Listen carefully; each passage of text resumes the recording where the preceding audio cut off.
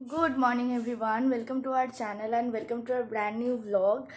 আমি জানি এই কদিন আমি তোমাদের ভিডিও দিতে পারিনি, কারণ লাস্ট যে ভিডিওটা আপলোড করেছি তারপর থেকে বিভৎস রকমের আমার জ্বর, শরীর খারাপ, মানে আমার গলা থেকে তো আওয়াজ বেরোচ্ছিল না, আমি উঠে বসতে পর্যন্ত পারছিলাম না, আমার এত শরীর খারাপ ছিল। এই সপ্তাহটাতেও ছিল, কাল থেকে, হ্যাঁ পরশু দিন থেকে একটু ফিট হয়েছি। তো আজকে আবার স্টার্ট করেছি। তো চলো আজকে পুরো ব্লগটা দেখতে থাকো, আশা করি তোমাদের ভালো লাগবে। আর গরম টেম্পারেচার যেরকমভাবে বাড়ছে, মানে কিছু বলার নেই। আজকেও শুনলাম নাকি 47 ক্রস করে যাবে, দেখা যাক। আর আজকে তো শনিবার, বাড়িতেই কাজ আছে। বাড়ির যেহেতু একটা সপ্তাহ আমি অসুস্থ ছিলাম, আমার অনেকগুলো কাজ হয়নি, নিজেকে একটু গ্রুম করাও হয়নি, একটু আইব্রো করবো টরবো, এইগুলো ব্যাপার আছে। এইগুলো আজকে সারাদিনের, মানে আজকে শনিবারের কাজ হলো এটা, ক্লিনিং, ডাস্টিং, ঘরটা পরিষ্কার করা, নিচে জামা কাপড় যা আছে সেগুলো পুরো ফুললি কমপ্লিট করা, আর নিজেকে একটুখানি ঠিকঠাক করা। অনিমেষ তো গেছে পুরীতে, মানে কাল হঠাৎ করে ওর মাথার ক্যারাপোকা নড়ে উঠেছে, হঠাৎ করে মনে হলো চলে গেছে পুরীতে। আজকে তাই যাবো ওদের বাড়িতে। আর এমনি অনেক দিন হয়ে গেছে যাওয়া হয়নি, কাকু কাকিমার সাথে দেখা হয়নি, তাই যাবো ওদের বাড়িতে, কেউ কাকু কাকিমার সাথে দেখা করে আসবো। ঘড়িতে বাজে 10:30। বাইরের রোদটা এতটা বেশি পরিমাণে উঠেছে না, মানে বাইরের দিকে তাকানো যাচ্ছে না। যাই হোক, আমার ক্লিনিং ডাস্টিং হয়ে গেছে। মাঝখানে খিদে পেয়েছিল, মা খেতে ডেকেছিল, তাই খেয়ে দিয়ে চলে এসেছি। এখন যাব, জামা কাপড় কিছু কাছাকাছি আছে সেগুলো করবো, দেন স্নান টান করে এসে পুজো দেবো। ঘড়িতে বাজে প্রায় 12:30, পুজো হয়ে গেছে আমার। এখন একটু বসবো। ভাই নিচে গেছে হলো নিজের জন্য গ্লুকন্ডি করে, তো ওকে বললাম আমার জন্য একটু গ্লুকন্ডি করে নিয়ে আমি একটু গ্লুকন্ডি খাবো। কারণ এখন যেই পরিমাণ মানে টেম্পারেচারটা বাড়ছে, শরীরটাকে হাইড্রেট রাখা খুব দরকার। যারা বাইরে রয়েছে প্লিজ তোমরা জল, সানগ্লাস, একটু মানে চোখ মুখ যাতে ঢেকে যাওয়া যায় এরকমভাবে বেরিয়েও, তাহলে খুব ভালো হয়। নইলে হালাত খারাপ হয়ে যাবে একদম। এই রোদটা খুব খারাপ, এই হিটওয়েভটা খুব খারাপ।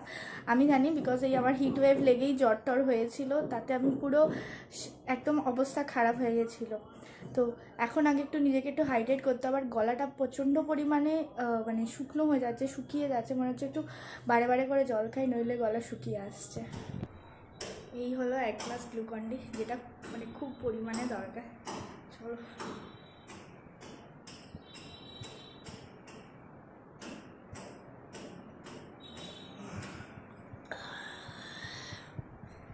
সময় এখন 2:30। এখন আমি নিচে যাব, খাবো, খেয়ে দিয়ে এসে একটু শোবো।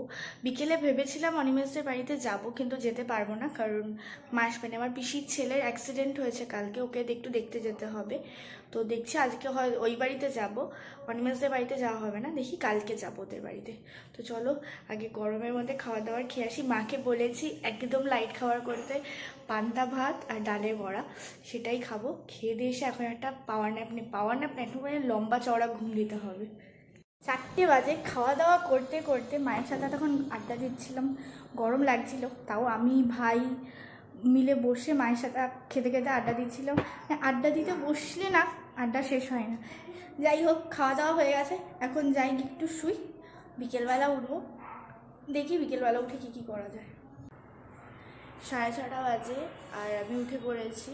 আজকে অনেক দিন পরে অনেক ভালো একটা জবর ঘুম হলো। এখন ফ্রেশও হয়ে গেছি, পুজো দেবো, পুজো দিয়ে যাব দাদাকে দেখতে। পুজো তো আমার দেওয়া হয়ে গেছে, কিন্তু যাই বলো এই গরমের মধ্যে না বেরোতে ইচ্ছা করছে এই না কোথাও। এখন আবার ওই রেডি হয়ে বেরোনোটাতে সত্যি কথা বলতে বিশাল ল্যাদ লাগছে, কিন্তু তাও বেরোতে হবে। দেখি একটু রেডি হই। আবার বাড়িতে কয়েকজন লোকও আসবে, মানে দাদার শালির যেহেতু বিয়ে, রূপালির বিয়ে আছে, তাই দাদার শ্বশুরবাড়ি থেকে নিমন্ত্রণ করতে আসবে। তো তাই ভাবছি কি করব, আগে বেরোবো না ওনারা আসলে তারপর মাসির বাড়িতে যাবো, ঠিক বুঝে উঠতে পারছি না। ঘড়িতে বাজে 7টা আর আমি রেডি হয়ে গেছি। চুলটা যতক্ষণ না ওপরে একটা এরকমভাবে বান করা হয় ততক্ষণ গরমের শান্তি নেই। যতক্ষণে আমি বাঁধবো, মানে অনেকে আছে যারা চুল খুলে চলতে পারে গরমে, আমি পারি না। আমি যতক্ষণ না এরকমভাবে বাঁধবো ততক্ষণ এরকম। আর এই জামা প্যান্টটা পরেছে একটা সাদা রঙের, একটা ক্যাজুয়াল টপ নয় ঠিক একটা গেঞ্জি পরে নিয়েছি, আর তার সঙ্গে একটা ফুল প্যান্ট পরে নিয়েছি। মাসি বাড়িতে গিয়ে হয়তো আর ভিডিও করা হবে না, বিকজ ওইখানে ওরাও এই ভিডিওতে কমফোর্টেবল নয়। আর তার চেয়ে বড় কথা, আমার ওর যেরকম অবস্থা, মানে মাথায় স্টিচ পড়েছে, আমিও ভিডিও করতে একদম কমফোর্টেবল নই। তো মাসি বাড়ি থেকে আমি ঘুরে আসি, ঘুরে আসার পর বাড়িতে এসে তারপর কথা হচ্ছে। ঘড়িতে বাজে 15টা আর আমি তো বাড়িতে চলে এসেছি। দাদা এখন ঠিক আছে, মাথায় অনেকগুলো সেলাই পড়েছে আর হাতেও লেগেছে, এখনও ঠিক আছে, বাট ওই যা হয় তা তো রয়েইছে। আর এসছিল দাদার শ্বশুরবাড়ি থেকে, মানে মাসিমা মেসোমশাই এসে নিমন্ত্রণ করে গেল। আর এই হলো রূপালীর বিয়ের কার্ডটা খুব কিউট হয়েছে দেখতে, দাঁড়াও তোমাদেরকে দেখাচ্ছি। এই যে দেখতে পাচ্ছ, এই হলো কার্ডটা, আর এটাকে এখান থেকে টান দিলে এই দেখো তো কার্ডটা বেরিয়ে আসবে। মানে এক হাত আমি যেহেতু পাচ্ছি না করতে, বর বউয়ের কাছে চলে আসলো, কার্ডটা বেরিয়ে গেল। এই হলো কার্ড। হ্যাঁ, রাস্তায় দিয়ে আসলাম। ওর বিয়ে পড়েছে হলো 27শে মে, মানে আজ থেকে আর 1 মাস বাকি ওর বিয়ে। বলেছে যাওয়ার কথা, যদি পারি, মানে ওরা বলেছে সকাল থেকে থাকলে খুব ভালো হয়, যদি পারি তাহলে তো সকাল থেকে অবশ্যই থাকবো, আর যদি না পারি তাহলে অফিস থেকে ফিরে দেন যাব আমি আর অনিমেষ। যাই এখন একটু চটপট করে ফ্রেশ হয়ে নিই, কারণ ফ্রেশ হওয়াটা খুব দরকার। দর করে ঘামছি জাস্ট।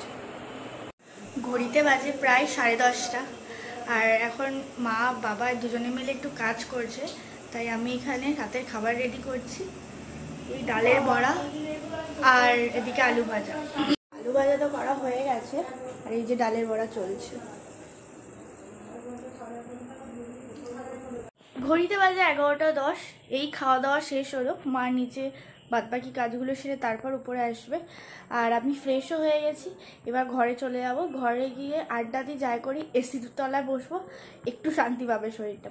যাই হোক, চলো ভিডিওটা এই অবধি। যদি কিছু ভালো লেগে থাকে please do like, comment, share and subscribe our channel Anisha story. Animesh care of কলকাতাতে কিন্তু পর ভিডিও এসছে, আমি ডেসক্রিপশন বক্সে লিঙ্ক দিয়ে রাখবো, তোমরা চেক আউট করতে পারো। আর আমাদের ইনস্টাগ্রাম হ্যান্ডেলগুলো প্রত্যেকটা ডেসক্রিপশন বক্সে দেওয়া থাকবে, সেটাও চেক আউট করে নিও। তো চলো আজকের মতো টাটা, সবাই গরমে খুব ভালো থেকো, বাই।